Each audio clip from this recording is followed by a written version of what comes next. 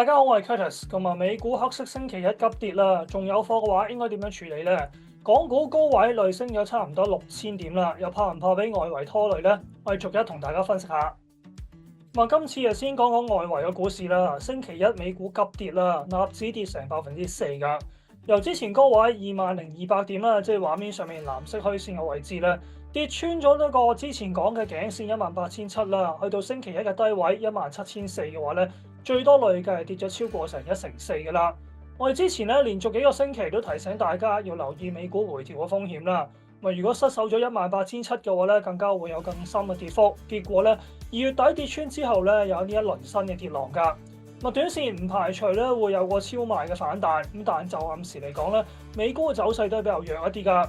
股市上面揾唔到新嘅主題啦，而且咧更加大嘅問題係市場對於個經濟前景同埋特朗普嘅政策咧都出現個憂慮。最近嘅數據好似2月份個非農就業數字啦都差過市場預期，連帶1月份嘅數字咧都要向下修訂啦，失業率咧都由4%升到4.1%㗎。市場甚至驚咧特朗普嘅政策會觸發個衰退啦。唔止話股市投資者睇唔透啊，侵嘅政策係點樣啦？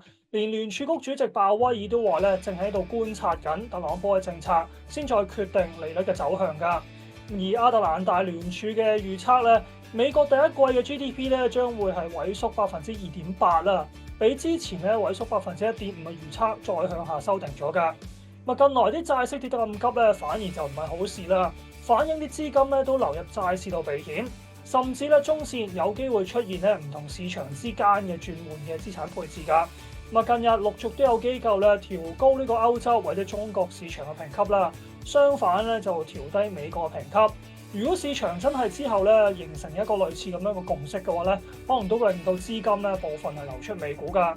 如果要喺美股方面仲有貨嘅話，留意住下星期咧 Nvidia 將會喺3月17號至21號啦。下星期1至5舉行個人工智能大會啦，睇可唔可以刺激翻個大市啊，同埋尤其是啲科技股反彈啦。睇翻港股啦，上星期五咧衝到24600嘅水平，不過暫時就企唔穩啦。技術走勢上面咧預計可能都會喺高位有啲反覆，結果星期一咧就出現個回調啦。不過即使去到23600咧，已經見到初步支持啦。港股市底仍然都係強㗎，尤其是咧港股通北水連日咧都巨額淨流入啦，稍有調整已經撈底㗎啦。情況咧有啲似舊年嘅美股。星期二嘅時候咧，隔晚美股拖累啦，恒指係曾經跌超過成500點啦，但即使已經識反彈啦，收市係幾乎倒升㗎。整體大市同唔少股份咧，由2月份開始已經長期超賣啦 ，RSI 開始反覆回落㗎啦，唔排除咧都出現一啲整固，不過咧並唔係壞事嚟㗎。而家部署除咗咧睇下點樣揀股啊睇價之外咧，仲要識控制倉位。高位咧就唔需要 all in 嘅，但係都唔好吉倉啦。有貨繼續放風箏，冇咩貨嘅話咧都可以分住去加碼。比較大支持位咧係3月初嘅低位啦，大約22500點。由1月中咧另外嘅低位18600啦，去到上星期五嘅高位24600嘅話咧，升幅就差唔多6000點啦。用黃金比率去計咧，回調0.382嘅水平咧，再去翻22300㗎。連埋頭先22500呢個位咧，都可以作為參考啦。如果有機會落翻呢啲位置企穩嘅話咧，都可以考慮分注入場㗎。另外睇住隻小米啦，同埋騰訊啦，分別下星期2、下星期3會公布業績啦。相信咧就會講多啲 AI 發展嘅藍圖，可以等埋份成績表咧，再考慮點部署嘅。消息層面上面咧，港股正正同美股相反啦，政策消息係屬於利好㗎。中國內地兩會閉幕啦，今年嘅經濟增長目標咧定喺5%左右，同舊年一樣㗎。舊年5%嘅目標就壓線達成啦。今年面對貿易戰嘅威脅咧，中央仍然維持5%左右嘅目標咧，都可以反映佢哋嘅信心。另外市場都憧憬啦，會有更加多嘅刺激措施去幫助個經濟達標㗎。咁都反映咗喺個赤字率目標上面啦，定喺4%左右，比舊年咧提高咗1個百分點，亦都係歷史新高嚟㗎。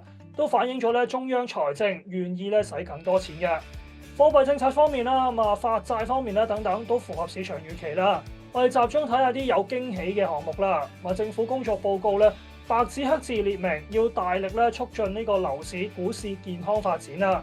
另外比較特別嘅係咧，將會設立呢個國家創業投資引導基金啦。估計可以帶動地方資金啦同埋社會資本係近1萬億元人民幣。投資喺人工智能啊、量子科技啊、氫能啊、生物製造啊、6G 等等嘅。人民銀行都會咧加大個融資咧，支持啲科技創新嘅再貸款啦。由而家嘅規模5000億人民幣咧，擴大去到8000至1萬億㗎。同時咧都會降低個利率。呢啲措施咧都係會有利啲科技股嘅氣氛嘅。跟住咧睇下投資者有咩問題啦。關於隻領展嘅。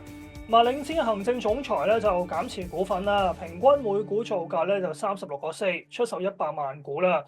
持股量由0.2%咧降到0.16%，數量上就唔多㗎。睇翻以往咧，2023年嘅時候咧，佢都曾經減持股份啦，當時對個股價影響唔大㗎。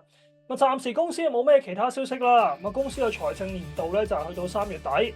往年咧去到5月份先至出業績啦。最近嘅業績期咧就暫時未有佢份啦。最新公布個港股通名單咧，佢哋都暫時未入圍啦。